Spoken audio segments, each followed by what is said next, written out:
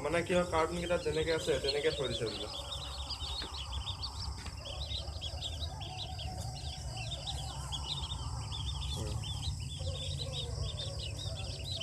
পিছত মানে এতিয়া কাইলৈহে গম পোৱা যাব, আজি ৰাতিটোৰ ভিতৰত কিমান কি হয়। অঁ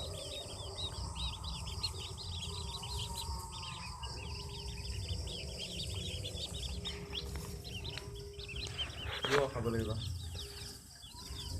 হা দাদা দি দিওঁ।